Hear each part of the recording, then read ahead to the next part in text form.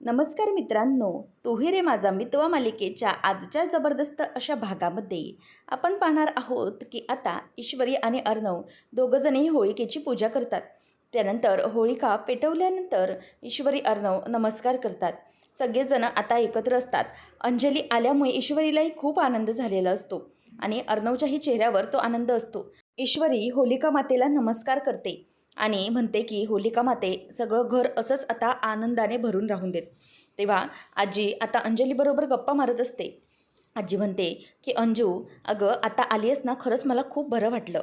खरंच आज आमच्याबरोबर तू हा सण साजरा करायचं ठरवलंस, पण आज एक दिवस थांब ना, आणखी एक दिवस थांब, उद्याची धुळवड साजरी करूनच जा.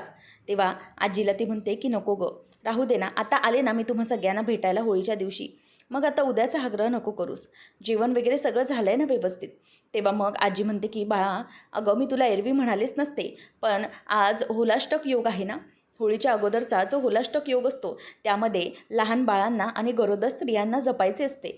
त्यामुळे मी तुला सांगते की प्लीज आज तू इथेच थांब ना, नको ना जाऊस, म्हणजे खरंच मलाही बरं वाटेल गं. अशा काळात तुला जपलं पाहिजे ना बाळा. तेव्हा मग ती म्हणते की ते खरं आहे, एरवी मी थांबले असते, पण जिथे माझ्या नवऱ्याचा अपमान झाला आहे तिथे मी नाही थांबणार आहे. तेव्हा मग ती म्हणते की अगं असं करू नकोस, प्लीज माझ्यासाठी ऐक. ती म्हणते की ईश्वरी आणि अर्णव ज्या घरात असतील तिथे मी नाही थांबू शकत, कारण त्यांनी अपमान केला आहे यांचा. तेव्हा आजी म्हणते की हो ठीक आहे, हे सगळं ठीक आहे, परंतु हे घर माझंही आहे ना गं बाळा, आणि आम्ही सगळेही तुझ्याबद्दल विचार करतो ना, त्यामुळे तू थांब ना प्लीज. तेव्हा माझ्यासाठी थांब असं म्हटल्यावर आजीला ती बोलते बरं ठीक आहे, थांबते मी. त्यानंतर मग इथे अर्णव शिर्केंना कॉल करून सांगतो की शिर्के, काय झालं, तुम्ही त्याबद्दल काही बघितलंस का, त्या माणसाला शोधलत का. तेव्हा तो म्हणतो की साहेब मी गेलो, त्याच्या घराकडे गेलो तर त्याच्या घराला कुलूप होतं. अर्णव म्हणतो की मग त्याच्या ऑफिसमध्ये जा, त्याला ऑफिसमधून गाठा, तो श्रीकांत धुमाळ कुठेही असेल तर तो मला हवाय ॲट एनी कॉस्ट, त्याला लवकरात लवकर शोधा शिर्के, असं अर्णव त्याला आता पूर्णपणे एक प्रकारे धमकीच देतो. आता त्याचं जे काही बोलणं आहे ते ऐकून वल्लरीला मात्र भीती वाटते, कारण की तो धुमाळच्या मागे लागला म्हणजे पूर्णपणे वाट लागणार हे त्याला माहीत असतं. तेव्हा आता वल्लरी त्याच्या मागेच उभी असते आणि अर्णव मागे वळून बघतो. तेव्हा मग आता मामी म्हणते की अर्णव, जावई बापू आले आहेत, मग बाकी काही गोष्टी करायच्यात का. तेव्हा चल जेवून झालं आहे, सगळेजण गप्पा मारायला वाट बघतायत, असं म्हणून मामी त्याला मुद्दाम बोलवायला येते आणि अर्णव पण जातो. पण मामीच्या डोक्यात भीती सुरूच असते की जर या अर्णवने या सगळ्या बाबतीत छडा लावला तर माझी मात्र पूर्ण वाट लागणार आहे. सगळेजण आता जेवायला वाट बघत म्हणजे जेवायला बसतात. त्यावेळेला आजी म्हणते की चला मस्तपैकी आता पुरणपोळी खायला सुरुवात करूया. मस्तच बनवल्या आहेत पुरणपोळ्या, अगदी खमंग वास सुटलाय. तेव्हा आता आजी तिला म्हणते की बरं अंजू, अगदी व्यवस्थित पोटभर जेवायचा हा, म्हणजे मस्तपैकी बाळाला आणि तुला पोषण मिळालं पाहिजे पुरणपोळ्यांमधून. तेव्हा आजीला ती म्हणते की हो आजी, अगं ही काही सांगायची गरज आहे का, मी लाजणार नाही आहे, मी व्यवस्थित जेवणार आहे, असं ती सांगते. त्यानंतर मग सगळेजण जेवायला सुरुवात करतात. आजी म्हणते की आपलं हे घर सगळं असं भरलेलं आहे ना, हे पाहून मला खरंच खूप आनंद होतो, खूप बरं वाटतं. बरं झालं अंजू आणि जावई बापू तुम्ही दोघंजणही आलात. तेव्हा आता लगेचच तो म्हणतो की मला मला माहिती आहे आजी, आम्ही आलो त्यामुळे तुम्हाला खूप आनंद झाला आहे, आणि तसंही आपल्याला सगळे पहिले सण एकत्र करण्याची सवय आहे ना हो. आणि म्हणूनच आम्हालाही एकट्याला राहवलं नाही. म्हणून हा सण साजरा करण्यासाठी मी अंजलीला इकडे घेऊन आलो, कारण मलाही ते पटत नव्हतं. अंजली आणि मी आमच्या माणसांपासून दूर राहणं. खरंच खूप मजा येते एकट्यामध्ये काय मजा करणार ना, असं म्हटल्यावर गालातल्या गालातच मामा रागाने हसतो. नंतर मग आता आजी म्हणत असते की हो, तसंही मला तुम्हाला माहिती आहे ना, जावई बापू जेवण झाल्यानंतर तुमचा जो होळीचा मान असतो तो करायचा असतो. तेव्हा मग तो म्हणतो की नाही आजी, मानाचं वगैरे काही नाही, आनंदाच्या उकळ्या तर त्याला मनातून फुटतच असतात. हे सगळं मामी तिथून ऐकत असते आणि मामीला हे ऐकून फारच गंमत वाटत असते. त्यावेळेला आता लगेचच आजी म्हणते की हो, काय ना, किती काही झालं तरीही आपण सगळे आहोत, आणि आजी मी तुझ्यासाठी खास इथे आली आहे, असं अंजली बोलून दाखवते. नंतर आजी म्हणते की ईश्वरी, अगं अंजलीला पुरणपोळी वाढ. त्यावेळेला मग आजीला ती म्हणते की नको गं आजी, मी घेते, काहीच हरकत नाही, असं म्हणून ती आता स्वतःच्या हातानेच घेते, ईश्वरीला काही ती वाढू देत नाही. नंतर मग पुन्हा ते सगळेजण जेवायला सुरुवात करतात. त्याचबरोबर आता इथे आजी म्हणत असते की खरंच खूप छान झाल्यात, मग त्यानंतर राकेश म्हणायला लागतो, की "हो ईश्वरीजी, पुरणपोळ्या अगदी खमंग झाल्यात बरं का, खुसखुशीत, खूप टेस्टी झाल्यात. खरंच खूप छान." म्हणजे ना अगदी तोंडाला पाणी सुटलं खाऊन. म्हणजे तेव्हा जे काही आरोप झालेत ना, जे काही कटुता आली आहे ना, त्याच्यावरचा हा अगदी गोड उतारा आहे, असं म्हणायला काही हरकत नाही. असं तो बोलून दाखवतो. त्यावेळेला सगळेजण आता गप्प बसतात. नंतर ईश्वरीच्या पुरणपोळ्यांची तारीफ केल्यानंतर राकेशकडे अर्णव अगदी रागानेच बघत असतो. नंतर मग आता आजी म्हणत असते, की "जावई बापू, जे काही झालंय त्याबद्दल प्लीज आम्हाला माफ करा. म्हणजे जे काही झालंय ते सगळे दुःख, रुसवे-फुगवे सोडून पुन्हा एकदा आपण एकत्र आलो आहोत. त्यामुळे जो काही मनात राग असेल ना, तो या होळीच्या निमित्ताने बाहेर काढून टाका आणि मनात कसलीही कटुता ठेवू नका आपल्या नात्याबद्दल." तेव्हा तो म्हणतो, की "नाही, तसं काहीच होणार नाहीये." त्यानंतर ईश्वरी म्हणते, की "ताई, प्लीज आजचा दिवस तुम्ही इथेच राहा." तेव्हा मग आता असं म्हटल्यानंतर अंजली म्हणते, की "नाही, नको. आज मी इथे नाही राहणार आहे." तेव्हा मग आता लगेचच तो म्हणतो, अर्णव म्हणतो, की "प्लीज ताई, इथे राहा ना. आपण दरवर्षी एकत्र धुळवड साजरी करतो. तू जर इथे थांबली नाहीस ना, तर आमच्या सणाला काही अर्थ उरणार नाही. सेलिब्रेट करताही येणार नाही ताई." तेव्हा मग लगेचच राकेश म्हणतो, की "हा सर्वस्वी निर्णय हा अंजलीचा आहे. तिला काय वाटतंय यावर आहे सगळं." तेव्हा मग लगेचच ती म्हणते, की "नाही, मी नाही थांबणार इथे." आजी म्हणते, की "अगं अंजू, तू मला मगाशी तर म्हणालीस, की तू आजची रात्र थांबणार आहेस म्हणून. मग आता काय झालं?" तेव्हा अंजली म्हणते, की "तसं नाही आजी. माझ्या लक्षात येतंय, की यांनी चिंटू आणि ईश्वरीने अपमान केला होता खूप मोठा. छोटा-मोठा नाही तर अगदी खुनाचा आरोप लावला होता यांच्यावर. त्यामुळे किती काही झालं तरी मला ते विसरता येणार नाहीये." तेव्हा आता राकेशही गप्प बसतो. तो म्हणतो, की "माझं शेवटी अंजलीचं म्हणणं तेच मी खरं करेन. बाकी मी काहीच बोलणार नाही." ईश्वरी म्हणते, की "हे बघा ताई, मी तुमच्यासमोर अगदी मनापासून हात जोडून म्हणते, माफी मागते. जे काही झालं त्याबद्दल, त्या चुकीबद्दल माफी मागते हवं तर. ते चुकून झालं होतं. पण प्लीज तुम्ही आता त्याचा राग या सगळ्यावर काढू नका. तुम्ही प्लीज इथे थांबा ना आणि आजचा दिवस थांबा इथे. तुम्ही जर नसाल तर काहीच मजा येणार नाही, कशालाच." ईश्वरी आता हात जोडून तिच्यासमोर माफी मागत असते. तेव्हा मग अंजली म्हणते, की "हे बघ, याचा काही उपयोग होणार नाही आहे. कारण त्यावेळेला जे काही आरोप केले गेले ते गेले आणि त्याच्याबद्दल आता बोलून पुढे काही होऊ शकत नाही." तेव्हा मग त्यावर अंजलीला सगळेजण रिक्वेस्ट करत असतात. ईश्वरी, अर्णवही म्हणतो, की "प्लीज ताई तू थांब." आता मामा पण म्हणतो, की "अंजली, अगं इतके सगळेजण रिक्वेस्ट करतायत, तर थांब ना, अशी काय करतेस?" त्यानंतर आकाश पण म्हणतो, की "हो दी, please it's an request. Please थांब ना." आणि सगळेजण तिला रिक्वेस्ट करत असतात. त्याचबरोबर आजीही म्हणते, की "बघ अंजली, इतके सगळेजण म्हणतायत तुला थांब, तर प्लीज थांब ना." तेव्हा आता अंजलीकडे दुसरा कोणताही पर्याय उरत नाही. ती म्हणते, की "बरं, ठीक आहे, हरकत नाही. तुम्ही सगळेजण मला रिक्वेस्ट करताय, तर मी आजचा दिवस थांबते." आता असं म्हटल्यानंतर सगळेजण खुश होतात, कारण की फायनली अंजलीने थांबायला परवानगी दिलेली असते. अंजली म्हणते, की "तुम्ही सगळेजण आणि आजी, तुझ्यामुळे मी थांबते फक्त. बाकी मी इथे थांबणार नव्हते." तेव्हा आता आजीही खुश होते आणि म्हणते, की "थँक गं." तेवढ्यातच आता ईश्वरी म्हणते, किंवा "अंजलीताई थांबणार आहेत. एकदम बढिया." आणि ईश्वरी खूपच खुश होते. ईश्वरी म्हणते, की "आपण दरवर्षीप्रमाणे ही धुळवड अशी एकदम मजेत साजरी करूया." आणि सगळेजण खूपच खुश होतात. तेव्हा आता वल्लरी म्हणते, की "अच्छा, म्हणजे हे सगळेजण एकत्र राहणार आहेत काय?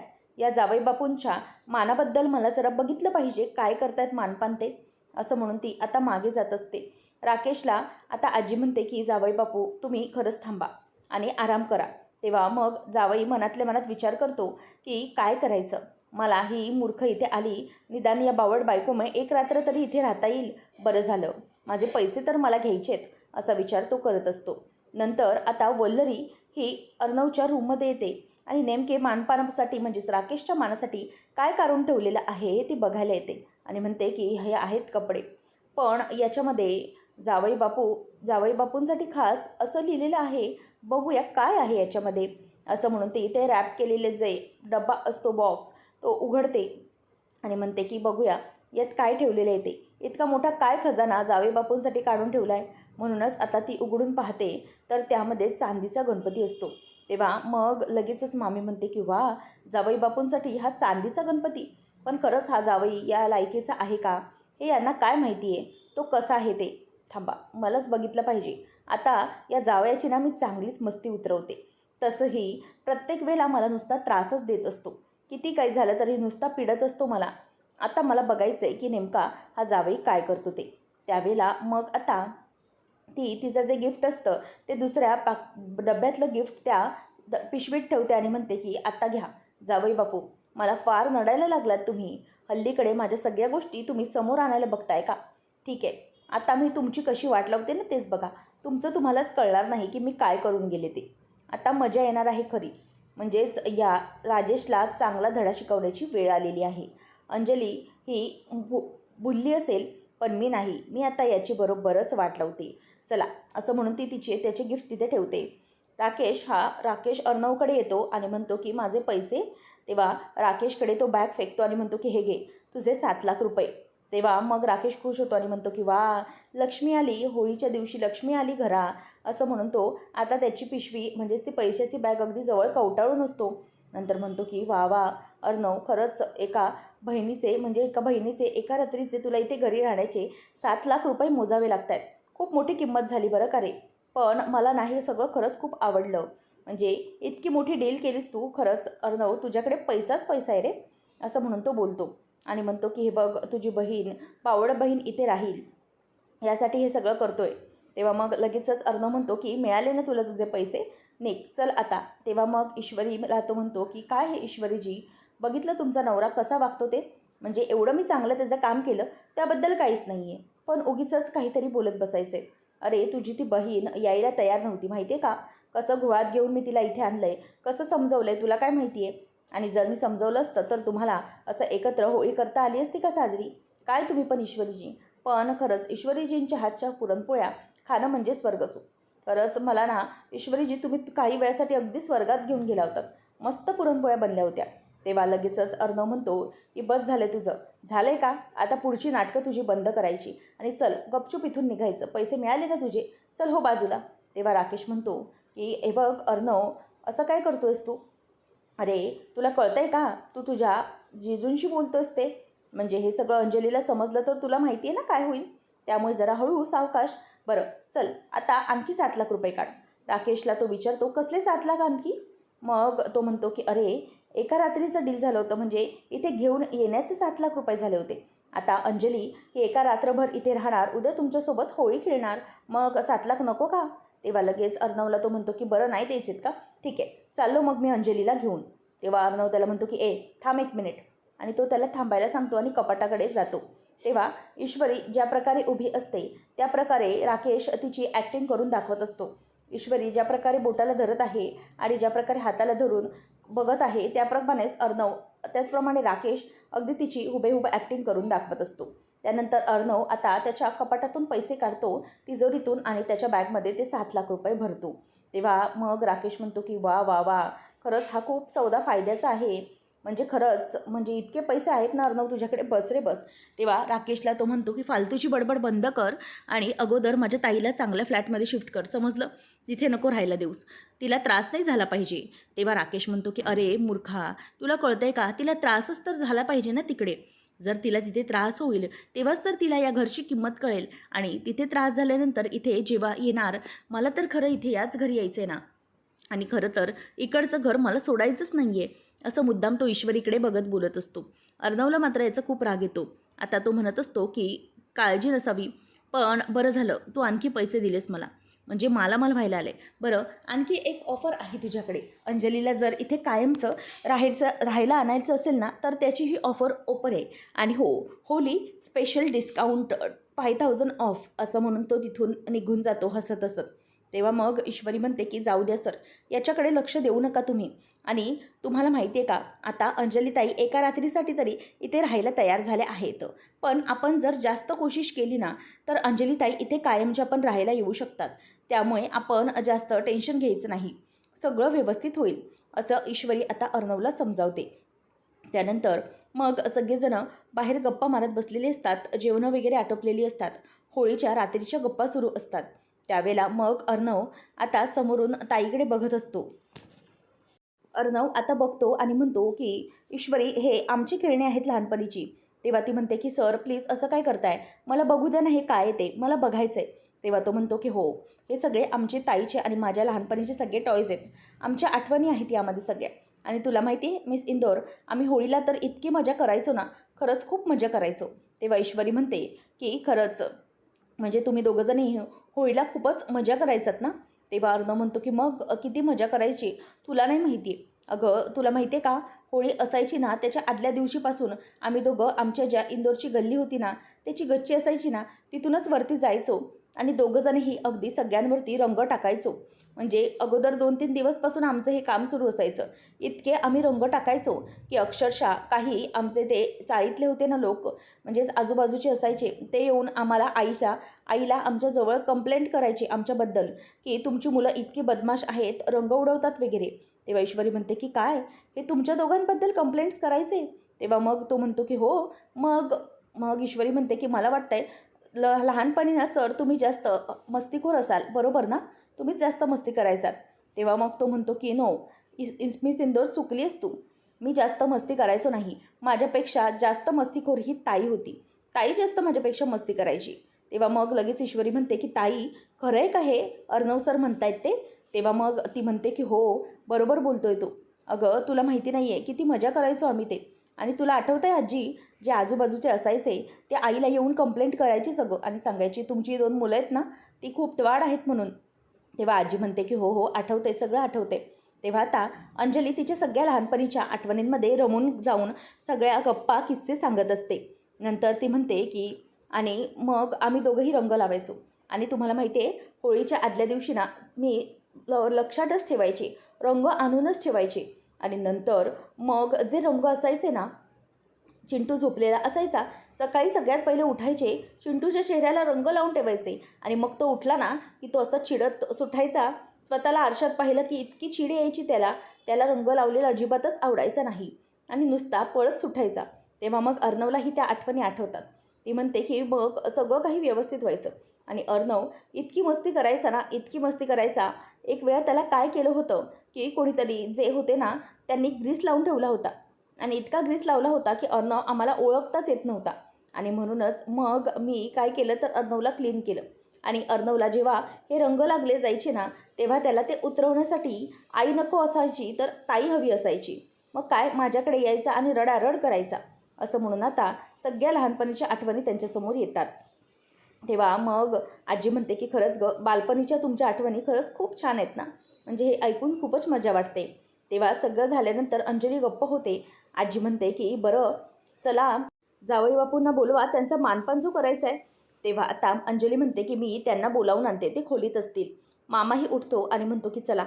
तितक्यात अर्णव म्हणतो की ताई खरंच खूप खुश वाटत होती ना, म्हणजे ती आली ते खरंच बरं झालं. तेव्हा ईश्वरी म्हणते की हो अर्णव सर, अजिबात काळजी करू नका तुम्ही.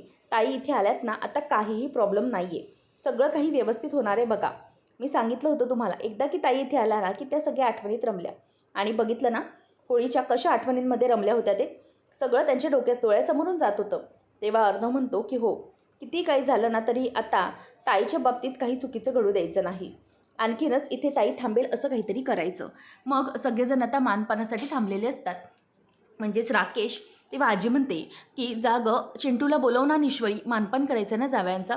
तेव्हा ईश्वरी म्हणते की अर्णव सरांनी सांगितलं आहे की त्यांचा मानपान जो आहे तो तुम्ही करून घ्या म्हणून.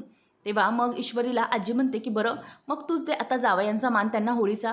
तेव्हा मग राकेश समोर अगदी अधाशासारखा आपल्याला काय भेटतंय काय नाही हे बघायला तयारच असतो. आणि वल्लरी म्हणते की दे जावयांचा मानपान करा, आता जावयांची वाट कशी लागते ना तेच बघा. मग वल्लरी आता तिच्याकडे बघत असते आणि नंतर मग राकेशला ती त्याचं मानपान देते. आणि राकेश म्हणतो की थँक्यू ईश्वरीजी. त्यावेळेला आता ईश्वरीला मामा खुणावतो की बस झालं, आता मागे जाऊन बस. नंतर मग राकेश आता ते कपडे बाजूला ठेवतो आणि म्हणतो की यात काय आहे, म्हणजे इतकं सगळं करण्याची काय गरज होती. तेव्हा लगेचच आता अंजली म्हणते की काय हो काय झालं. तेव्हा तो बघायला लागतो की काय आहे आतमध्ये. आणि आजी म्हणते की घ्या जावई बापू, तो तुमचा मान आहे, बघा तुम्ही काय आहे ते. त्यावेळेला आता अंजली तर खूप खुश होते कारण तिच्या नवऱ्याला काहीतरी मिळणार असतं. राकेश पण तो बॉक्स उघडतो. त्याला वाटत असतं की काहीतरी नक्की सोना किंवा चांदीची वस्तू असणार आहे आणि आपलीच चांदी होणार आहे. पण तेवढ्यातच तो आता ते उघडतो. एवढा सगळा बॉक्स पॅक असतो. तो विचार करतो की इतकं काय आहे या बॉक्समध्ये. म्हणूनच तो बाहेरचा बॉक्स असतो तो उघडून बाहेर बाजूला ठेवून देतो आणि नंतर जो मेन बॉक्स असतो तो उघडायला जातो. आणि मनातल्या मनातच खूपच खुश होत असतो की मला काहीतरी चांगलं असं मिळणार आहे. त्यावेळेला आता तो बॉक्स उघडायला जात असताना सगळेजण त्याच्याकडे बघतच राहतात. आता राकेशला बघत असताना मनातल्या मनातच मामा म्हणतो की किती किती घाई लागली याला बॉक्स उघडण्याची.